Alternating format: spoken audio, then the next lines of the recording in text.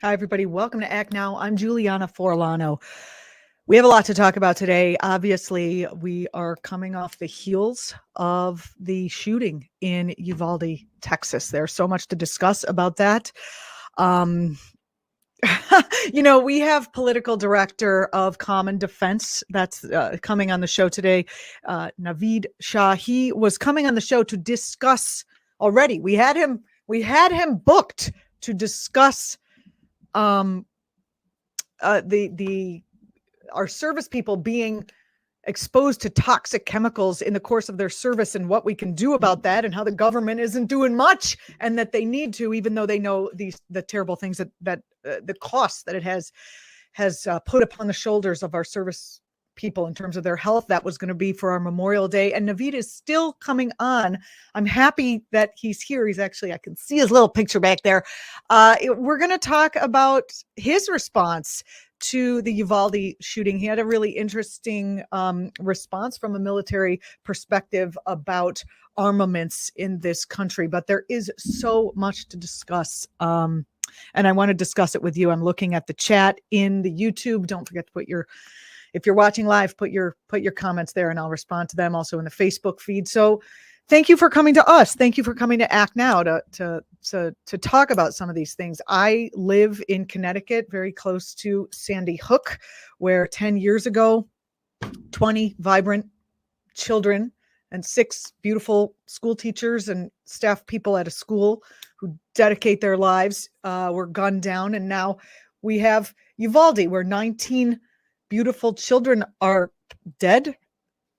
Families are destroyed. And along with 2 beautiful teachers who, of course, risked their lives to save their students. This is just, I think the whole country is going through what's known as secondary traumatization, and just deep, deep grief. I was speaking to a friend of mine who is a lawyer, and we talked about how, well, she's also an empath. This is what we're talking about how these children, I was going to text like, our children have been murdered, but I didn't want people to say, oh, it's my children, not your children.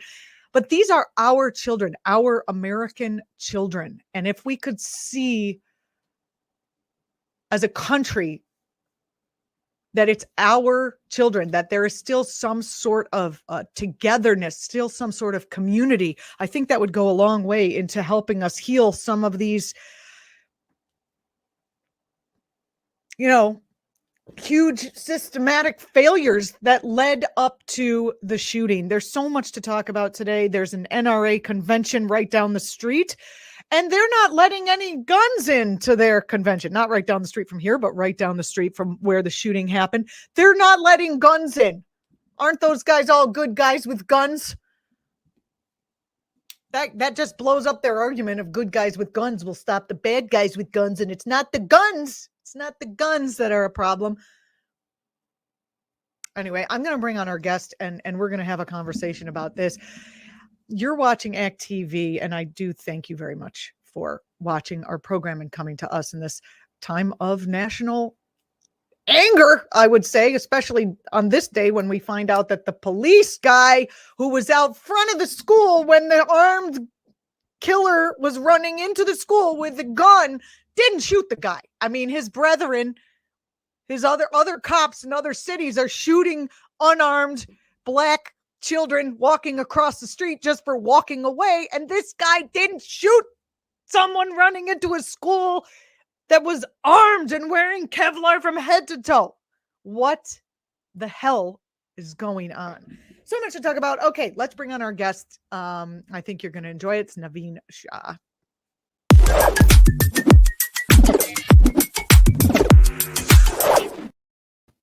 Naveed Shah, political director of Common Defense. Thank you for joining me today. I know we were already scheduled to talk about some of the environmental toxins that service people get exposed to, and we will talk about that in our second half. But first, I'd like to get your thoughts on, the events that unfolded in Texas recently with the massacre. I like how they're calling it a massacre on the news right now, because that's exactly what it is in Uvalde. Your thoughts? Julianna, thanks so much for having me on the show. Another unspeakable tragedy that we have to face, and it is. As a father now, I have young daughters myself, and a son who's in middle school, and they were helping me make coffee the day after the shooting, and I stood there watching them, and I was like, there are 20 families whose kids are not there at the breakfast table this morning. It's absolutely horrific, and everything that we're hearing about how the shooting unfolded and how it happened again is bad enough. But then there was a story, the New York Times actually did some good journalism and went and talked to all 50 Republican senators and asked them what they would do on gun control now, right after this. And I think all but 4 of them said that they would not support any sort of background checks bill that I think the Senate brought up today. And even fucking background checks, excuse my French, it's time to get mad, I think. Even background checks. I mean, I'm for banning whatever we can ban. I'm sorry, but that Second Amendment was to arm little militias. These are not individuals, but militias. We don't have militias anymore. So isn't that kind of null and void in terms of the law? Even in the broadest reading of the Second Amendment, they still should be well regulated. And the fact that this kid on his 18th birthday was able to go out and buy not 1, but 2 rifles on his 18th birthday and just walk out of the store with them, I don't see any it's harder to, buy anything else that you need. Who sells these guns? Was it a gun shop, do you know, or was it like Walmart? Yeah, I think it was a gun shop that he went to.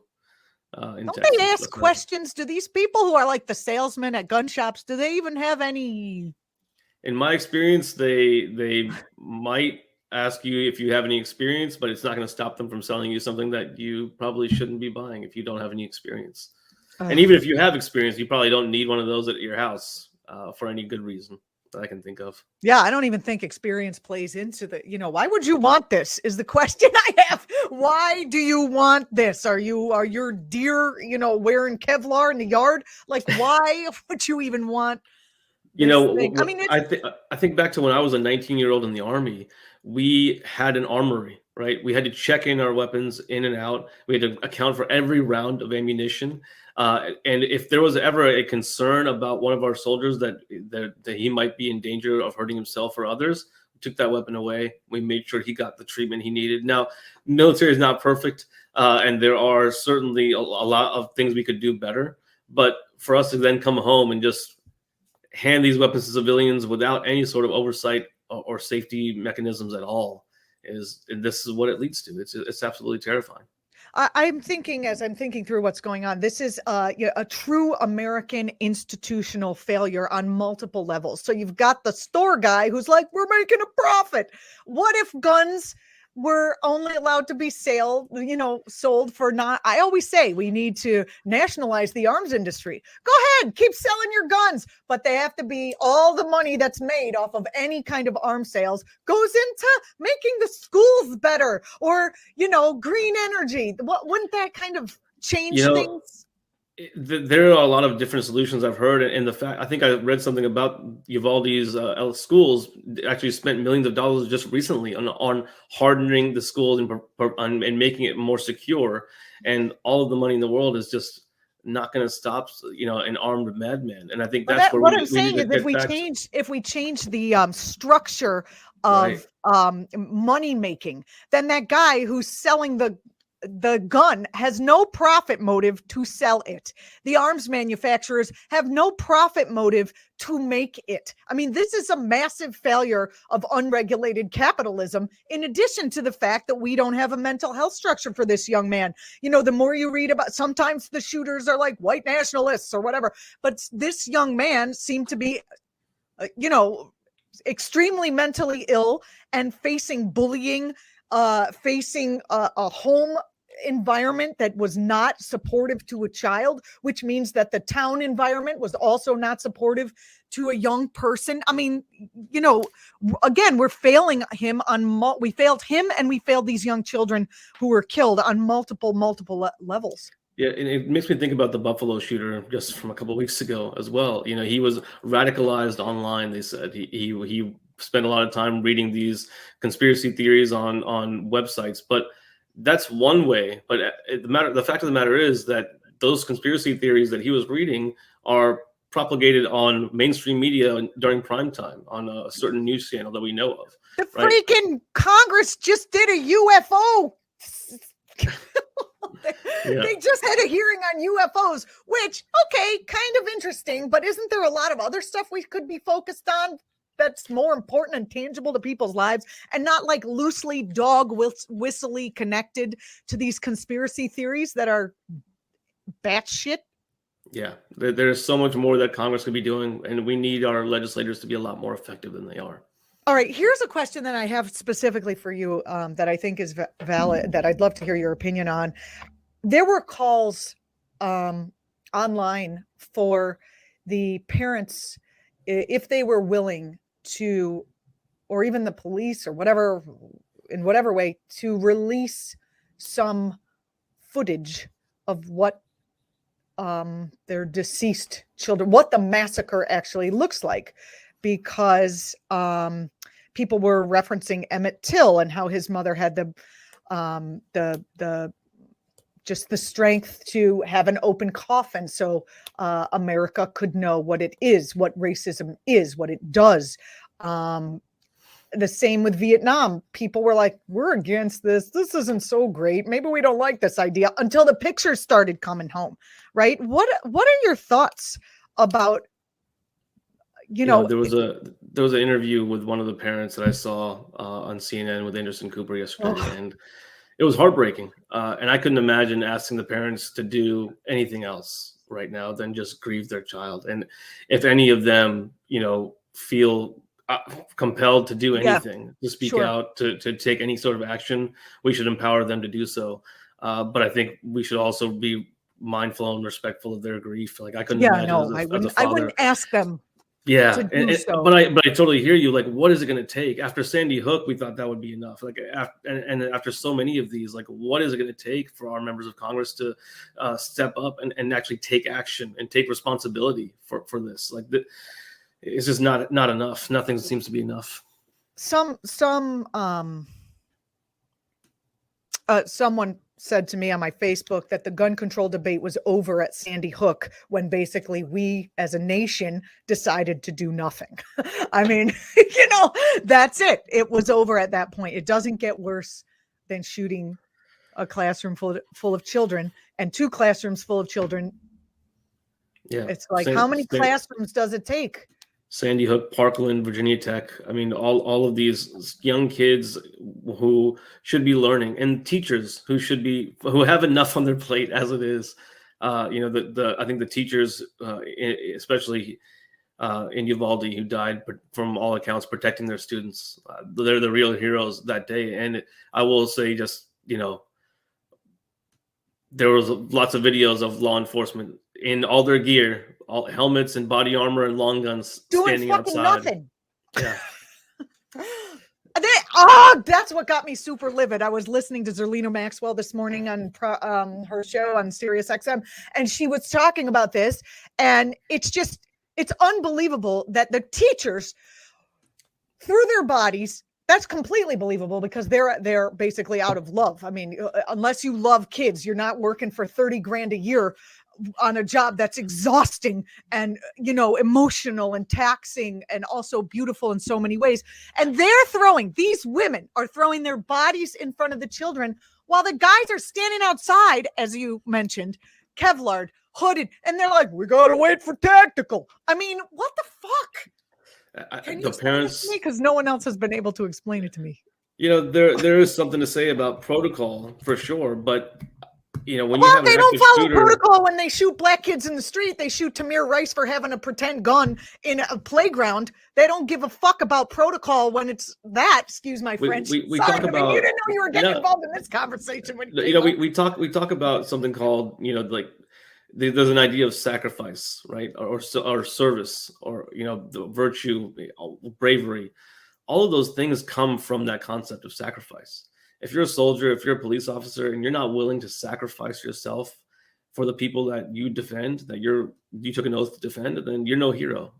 You have to be able to be willing to make that sacrifice and not get the free meal at Denny's and not get the parade on Memorial Day or Veterans Day, and understand that that's what the sacrifice is all about. If you're not willing to do that, then you should take that uniform off. And the real heroes are the teachers that day. Oh, everyone. Yeah, you're right. And that is so true. But I'm sick of the fucking you weren't doing lip service here, but I'm sick of the lip service of like, oh, the real heroes are the dead teachers. Why don't we give them some guns? And before this, I was thinking, well, why don't we give them some fucking guns? But then, because it's like, it blows your mind that these beautiful women threw their bodies in front of machine gun fire, or whatever it was. If Texas is the model for the more guns, less shootings supposed to happen, then you had Uvalde, you had El Paso, and you had the church. I forgot where that was in San Antonio or Houston, but these shootings are still happening, and they're not being stopped by having more armed people. It's just not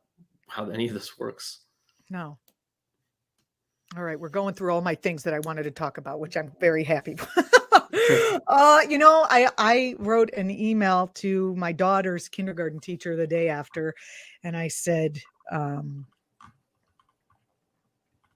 don't really know what the experience is of teachers. Maybe we can reach out to the teachers union and see, but just the experience of teachers on days like today. And I wrote her that I was sorry that, she had to go through that. And I thanked her in advance, for all she does to bring love to our children. And she wrote back how she knew how hard it was to send your kid to school today. I wasn't exactly thinking that. I was feeling like all our kids have already been shot. Yesterday they were all, because they're ours, they're ours as a collective. And she wrote back that the teachers are willing to do everything to protect the students, and she capitalized everything. And I thought she shouldn't have to do everything. Yeah. They already do more than enough. To give her life. I mean, I appreciate that. But I heard about a group that was 29 and now I think it's 30 of school principals whose schools have been hit by school shootings, and they work to support each other. And then, in these unfortunate circumstances, kind of welcome and provide support for new members of their terrible little club. And that's not the way we should be, expecting our educators to deal with here in this country. Some of the comments on YouTube are that Pelosi and Clyburn and Steny Hoyer campaigned for the pro-gun, anti-abortion Kuehler, who sabotaged a pro-choice progressive in that state, Jessica Cisneros. I mean, the one party is way better on this issue than the other one. The other one are steadfastly in bed with the NRA and the gun industry, but still, I think the Democrats again could have a much stronger response. Just have a freaking backbone around these issues. I agree with you, Doug.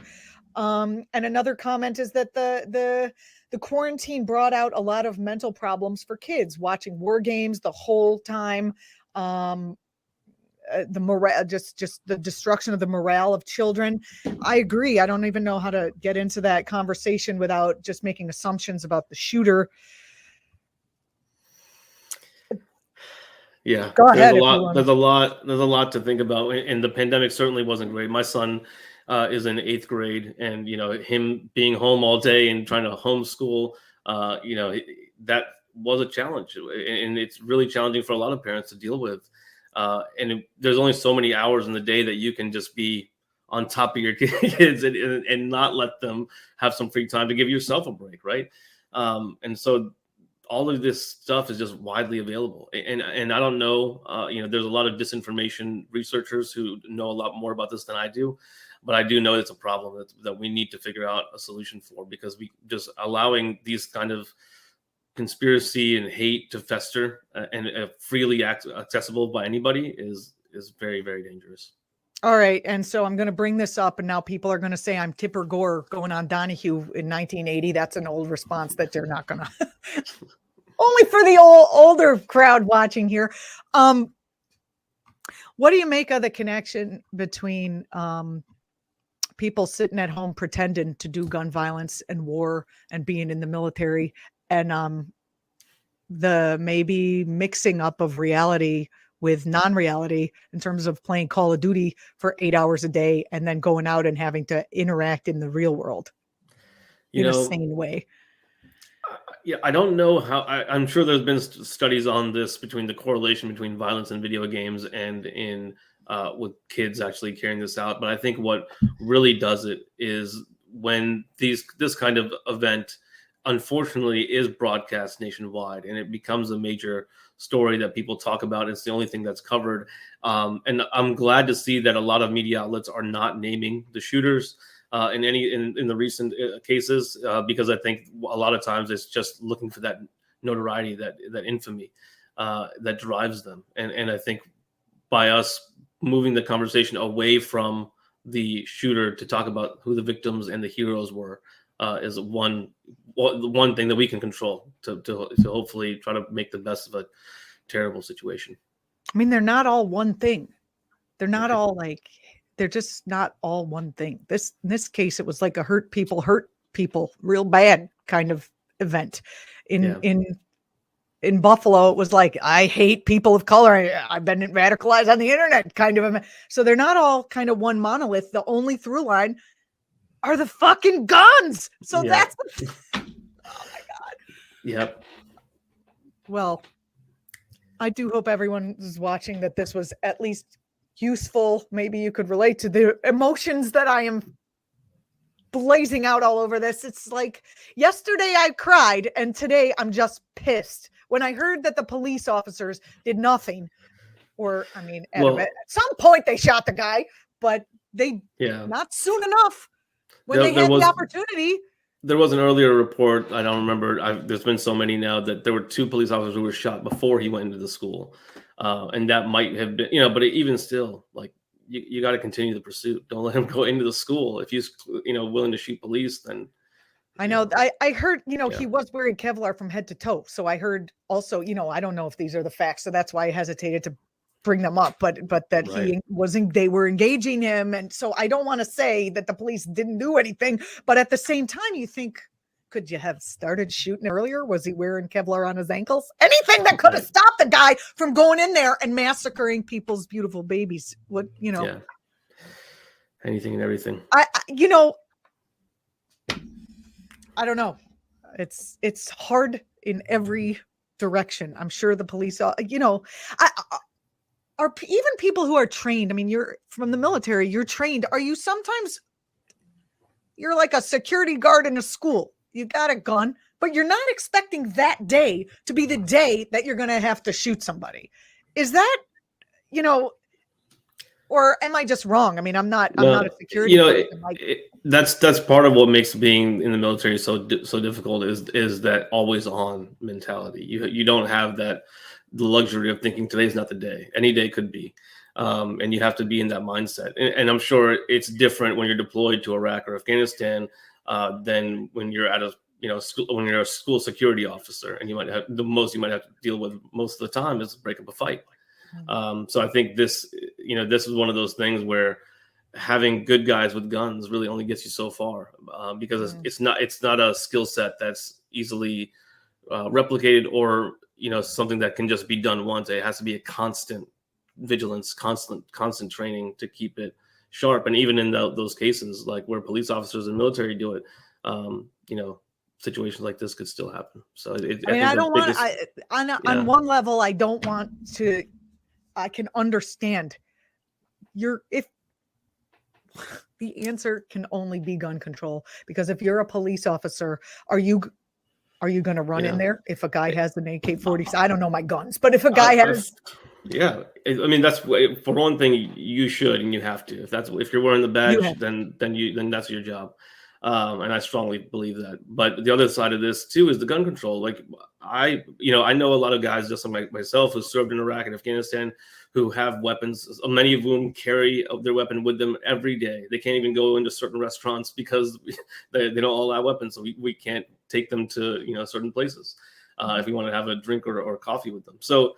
But even those guys now are very clear, like gun safety is a major problem in this country that we need to do more of. So like myself personally, I keep my weapon in one safe and the ammunition in another, and have two separate combos for both of them, so that nobody, my kids or family or anyone breaks in, God forbid, could get to those weapons. You know, and I think that's one easy thing to do, is have safe storage laws. Another easy thing to do is our red flag laws, where family members, if they feel like their friend is a danger to themselves or others, can petition the courts. So go through have due process to remove those weapons until that person goes through some sort of treatment and is safe again. There's many common sense things that we can do, then we don't have to wait for Congress to do them. Our state legislators could enact these changes right now too. Ooh, very good. And also, yeah, that's good to know. A lot of the times with every set we have, we cover a lot of issues here on this show, and with every issue, oftentimes the experts like yourself remind us that the state government can do a lot. And states' rights. I'm all for states' rights now that you know. Yeah, that's important for your listeners too, I think, is that when it feels very discomforting to feel like that Congress can't do anything, no one's listening to me, it doesn't matter what I say. It does matter. Your local council person, your local state senator or state delegate, they're more likely to listen to you and take action on this than your senator, your U.S. senator is. So call them first before you call your U.S. senator, who might not be listening. I just wonder if in Texas this is going to be useful. I live near Sandy Hook, right? So I live in Connecticut, and they frickin' locked everything down. You know, it's a blue, but that's a blue. We're a blue state so far, still. Hopefully, that's absolutely true. But and it's hard to fight money in politics, but especially when it comes to your local level, you have a lot more say, a lot more sway, and your voices are stronger the closer you get to your house. Your county supervisors and your state delegates are much more likely to listen to you than your House representative or your U.S. senator. So build a movement. So don't just sit quietly. Take your members of your local PTA and go out there and say, this is what we want to see in our community. Thank you so much for this discussion. I know it was we didn't plan on this, and your perspective on that military personnel, that the guns they're all accounted for. And then you come home and you're just at the grocery store and there's freaking, oh my God. Okay, we're going to obviously keep processing what's going on, secondary to the Uvalde situation, but I do wish everyone who is watching, everyone who is also processing this, I just wish peace for everyone. Naveed Shah is the political director of Common Defense. You are also our next guest, and where we are going to talk about a completely different issue, how the military is allowing their service people to be exposed to many, many toxins, and what we can do about that. So stay tuned. We'll be right back.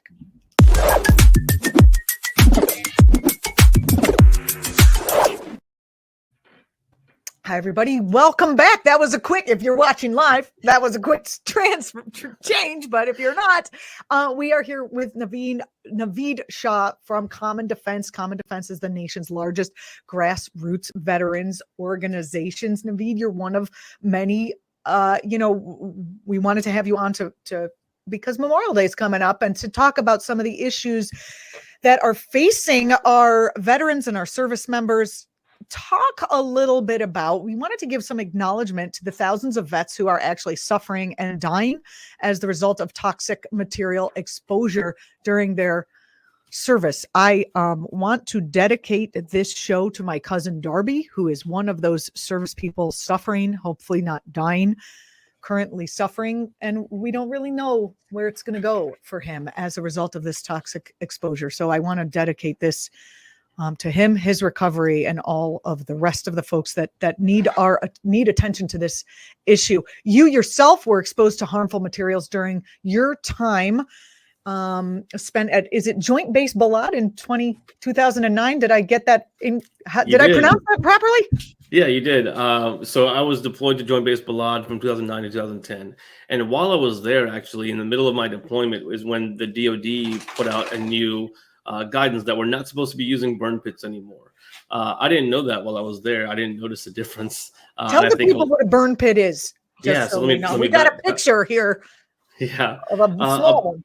So when you're deployed to forward operating bases or even larger bases like Balad, the military has to get rid of its waste in some way, and the way that they just decided to do that was dig a huge hole in the ground, put as much of the toxins or garbage, medical waste, whatever they can find that needs to be gotten rid of, and throw it in there. And then set it on fire with diesel or jet fuel or something. Oh, yeah. Standing next to burning diesel fuel is good for you. And Jet fuel. somebody has to usually stand there and make sure that it's burning properly. So you might And have isn't it sometimes just like not, you can right smell it there. from where you're sleeping? You have the plumes of smoke all around, and especially in places like Iraq, when a windstorm or a sandstorm comes through, it's just blowing everywhere, and there's really no way to get away from it. Let's not clean up the language about what's in those burn pits. You said medical stuff. What are we talking about? It could be anything from the hospital, like discarded plastic, the medical gloves that they used, masks, syringes. I mean, I don't know what all medical waste could be in there, but it could be anything. And when you're talking about, a military base in a combat zone, it really could be anything. Literally anything. Yeah. Yeah. And all types of stuff go in there. And we spent, 20 years in Iraq or Afghanistan, and even in 2010, when this guidance was sent out, there wasn't like, you must stop doing this and here's a solution. It was just, you must stop doing this, and then commanders on the ground had to say, well, what are we supposed to do with it? Just let it sit? Like how do we get rid of this stuff? And in the meantime, they had to continue to do what they had to do. So the millions of people who it could be up to 3.5 million service members who served in Iraq or Afghanistan or elsewhere of the 38 other countries we were deployed to over the past 20 years in the global war on terror, who may have been exposed to some sort of toxins. And not to mention our own service members, but the other people who live there. That's what I was going to say is the legislation that we're talking about today, the Honoring Our Pact Act, is to help our veterans who served. And it's hard not to think about the millions of people who lived around those bases and had no choice but to suffer under this occupation, and now might be dealing with chronic illnesses as a result. Talk about the health complications that we've seen that have come from direct exposure to these types of toxins. There are currently 12 toxic exposure presumptions that the Department of Veterans Affairs has assumed that if you served near these burning pits, that you could be eligible for benefits, and none of which were only added to the list earlier this year. And I'm not going to try to pronounce them all. I'm sure our resourceful readers can look it up.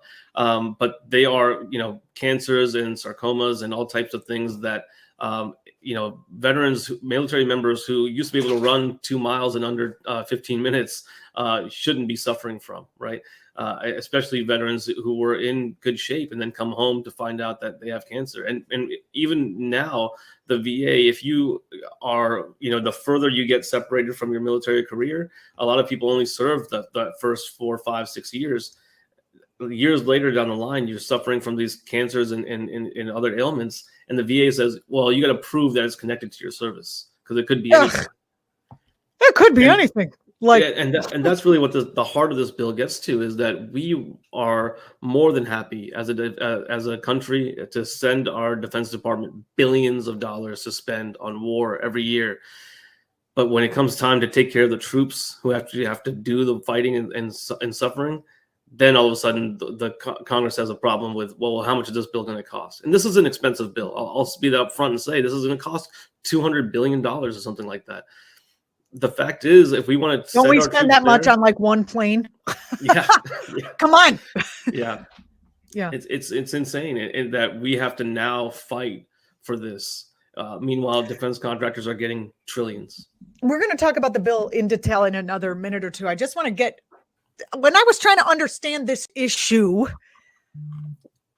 do the military people feel, what is the mentality behind, do the military people who are affected by these things feel like they've been betrayed? I mean, couldn't they have moved the tent you know, like a half a mile? Couldn't they put the pit at least a mile away? Like, why is no one treating our military people like they are living in human bodies that are affected by their environment? You know, there's a saying in the military that just remember your parachute was made by the lowest bidder. So, so when it comes down to it, a lot of times it's about the military's footprint. The bases where this is happening, they don't have space to go out away from anything, especially in places. Can't they just leave it in a pile until they can deal with it later? Do they have to burn it while they're sitting there? Unfortunately, with some of these bases, you're there for years or months, and then you also have the problem of the local population. You know, there's no real good way to deal with this problem yet. And I know that the military has, for all the talk about taking care of our troops, situations like this highlight how a lot of times our troops are just unnecessarily put in danger. You know, there was stories at the very, very beginning of the invasion of Iraq in 2003 where they were deployed without armor, right? Without any body armor, without any armor on the vehicles. And we saw what happened there. A lot of times it's just lowest cost and, you know, a first in mentality. We just got to go with what we have. So that is bullshit. I'm sorry. Yeah, no, and that's especially since Iraq was not an emergency. I guess I won't. We don't have to get into that. I mean, we can if we want to. I don't know how much time you have, but yeah, really, it's like, if it was an emergency and you had to run in there, but like you can see, I mean, we just finished talking about how there was an emergency and nobody fucking ran in there when we were talking about the school shooting. Anyway, yeah, that is really not right. Have you? We talk a little bit about, you said 75% of Afghanistan veterans who reported having IED related exposure to harmful materials and 79% who reported being exposed to burn pits on base. Those are some really high numbers. Talk a little bit about what is an IED related exposure. I didn't realize that had, I don't know which, where that number came from. I know about 80% of veterans served in or around some sort of burn pit over the last 20 years in Iraq or Afghanistan or elsewhere. Like we have U.S. troops deployed to 38 or 40 countries around the world. So this is happening not just in the Middle East, but it's happening all over. And when we're sending troops to all these places, it's hard logistically to figure out how you're not only going to get the troops in and out, but all their equipment and now all their garbage as well. And it's not just about exactly burn pits, right? Right. Agent Orange, and then the chemicals from IEDs. I guess I saw IED related exposure. What is that exactly? And what are they still using Agent Orange for? I thought that was all done. What's happening? No, I think the line that I've heard a lot of folks use, and I've used myself, is that this is our generation's Agent Orange. You know, there are chemicals in all types of munitions and things that they're using that we don't even know what's in it, and we don't realize what our folks are injured with until years and years later, a lot of times. Oh, God. Well, but not to get all depressing, but Common Defense, which is where you are, the group that you are the political director of, is the nation's largest grassroots veterans organization. It's a pretty progressive organization. Am I right?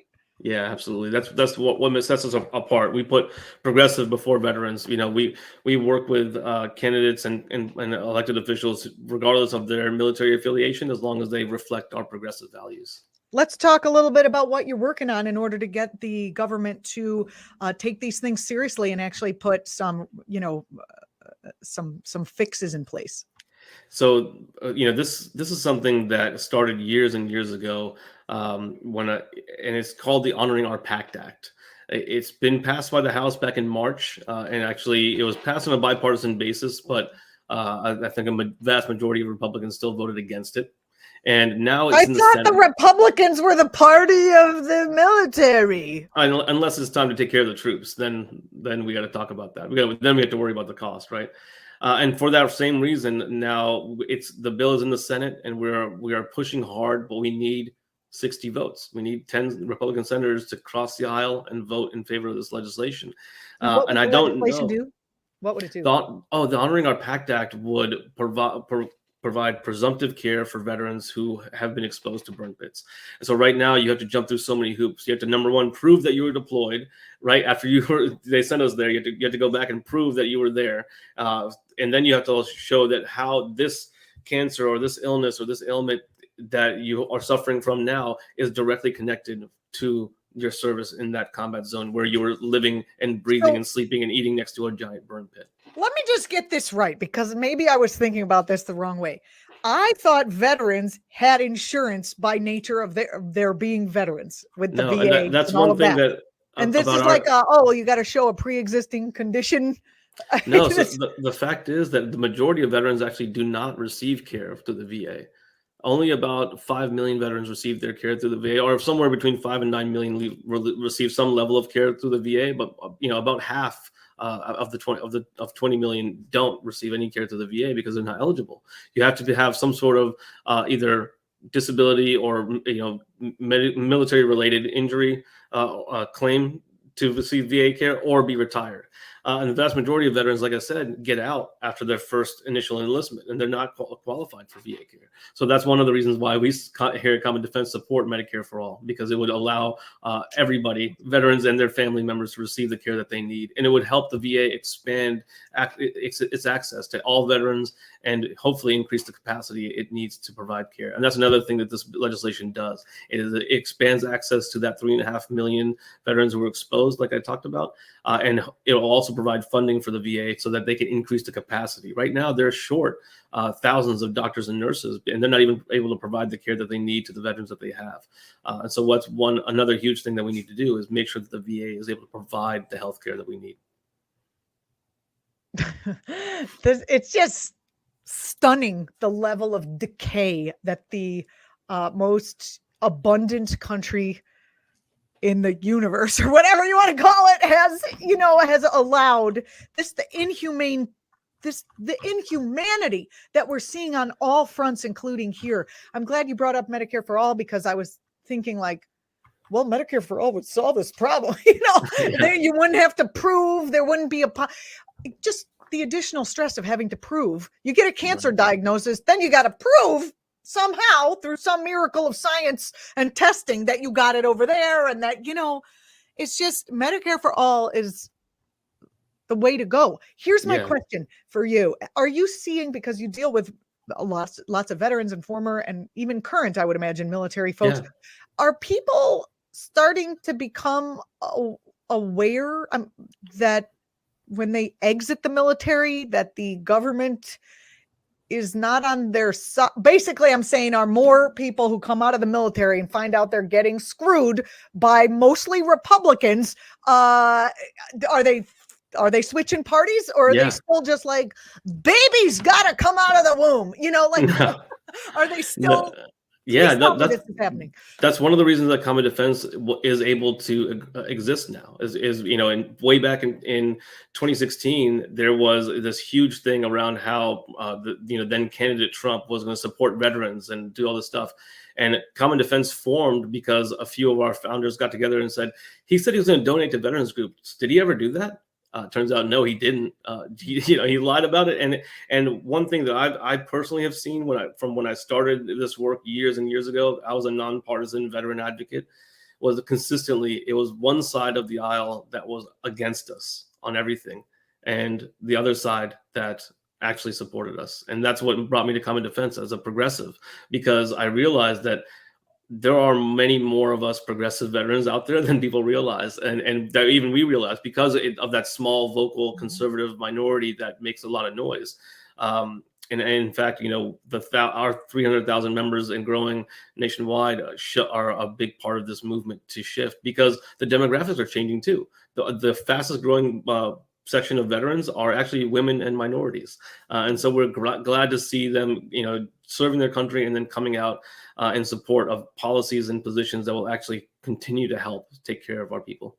Well, I have to say, I'm very excited about this, because I think the propaganda machine would have us all believe that anyone who is ever in the military is going to vote for Bush or Bush 2 or Bush 3 or any of the Bushes that they run, or Trump 5, Trump 2.0. Don't say that. I know. Whoever's the next one that's going to try to get it. Yeah, so actually I'm going to start thinking about, I know we can't think about the group as a monolith. I remember the last time you were here, you were like, do not think about the group as a monolith. But if we could think about the group as a disillusioned people who went and did something and they served their country and then they became disillusioned and now they are aware that the government needs to be pushed to the left. I'm going to start thinking of them like that with the white supremacy people as a minority. Is that, you think that's a good idea? Absolutely. And that's one thing that Common Defense has found to be super successful is when we go out and do our grassroots organizing, veteran to veteran, we're more likely to be able to have persuasive conversations with our fellow veterans because we're part of the same tribe, right? We're part of the same club. And when we talk to civilians, they're more likely to listen because they hold veterans in a higher regard, and they're more likely to be persuaded as well. So that's what we're trying to do is change this country's trajectory, one person at a time, one conversation at a time. Well, I appreciate all the work that you do. We often have people from your organization come on. We spoke with someone, I can't remember the name, a couple of weeks ago about how progressive veterans are organizing in West Virginia to get rid of Joe Manchin, or at least push him to the left, which hopefully I don't push him all the way over. Yeah. What I'm saying. They're doing the best they can for sure, and I know Zach and Lakeisha in West Virginia, it really. Oh, I'm sorry, I'm just excited. Yeah. But in West Virginia, the being a veteran holds a lot of weight, as it should. Yeah, absolutely. Anyway, sorry to cut you off, but I do appreciate you coming on for this extra long conversation that we've had. Naveed Shah, political director at Common Dreams. Thanks so much for joining me, and I wish the best for you. Thank you so much for having me. You're watching ACT TV. I'm Julianna Forlano. Thanks. I see the comments coming in YouTube. I'm going to go and make a few comments back to you after the show. I really appreciate, I hope this conversation was helpful to you, even in just watching someone else be mad for the same stuff you're mad about, which I guess was me. Maybe we'll process our feelings together. And I think we have to take our anger and move it into action. And it's been hard. It's been hard to hold both the grief and the anger at the same time. But I do feel that the nation is very raw, coming off both the existential crises that we're noticing out our window in terms of how climate change is affecting us all right now, the potential for a nuclear engagement in the Ukraine and also in the Pacific, the pandemic, the loss of life, the loss of loved ones, the loss of freedoms, whether you feel like they've been taken away from you or whether we had to just voluntarily give them up so you don't catch the Rona or the monkeypox or whatever's coming at us next. I just from my heart to yours, I wish you grace and I wish you the best. And I will see you next week at this very time where we're going to talk to, I believe, Lori Wallach about trade. Are they launching a TPP 2.0? I think they might be. And now I got to fight against Biden too. And everybody, oh boy, stick with us. There's a lot more to cover. I wish you the best. You're watching ACT TV.